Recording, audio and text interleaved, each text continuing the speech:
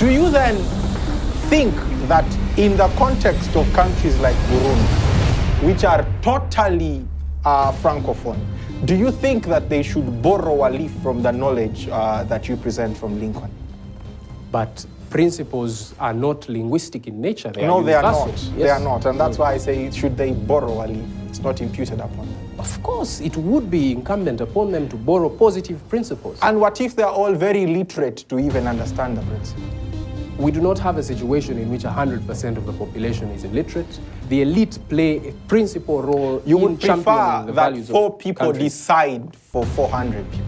Are you alleging that there are only 4 literate people in Burundi? I was suggesting, instead of you appealing to people not to go and vote simply because they have not attained the campaign rallies, because don't you think if so many people have not attained the rallies, don't you think there's many people boycotting the voting simply because they have not attended the rallies? Do not worry about that, because what we are trying to enforce is participatory democracy. When people know that the stake at hand in voting is attending rallies, they will.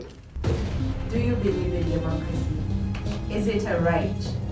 Instead of asking people to boycott, can't we find an alternative to actually help them understand why they should be voting, who they are voting? Thank you. I do believe in democracy, but I also want to say that democracy is not the only and permanent form of government. As the world moves forward, better systems of government will be formed.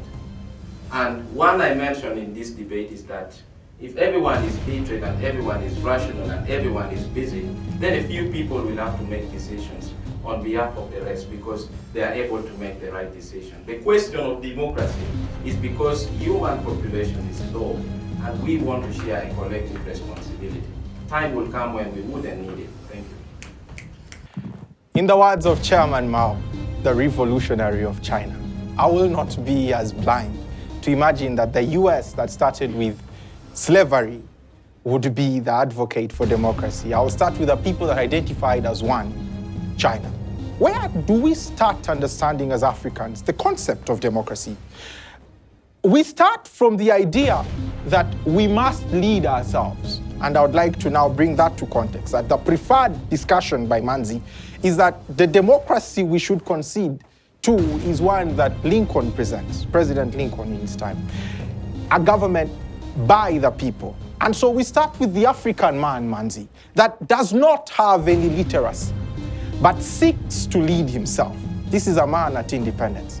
I would like to contend that at the time of our independence, if today we still have a populace as wrongly as Manzi presents it, 80% illiterate, we must consider that actually at independence, it could not have been better, only worse. So it means that at the time when we first thought about coming as a government by the people, we were illiterate. Did we not fit the first proposition by Lincoln?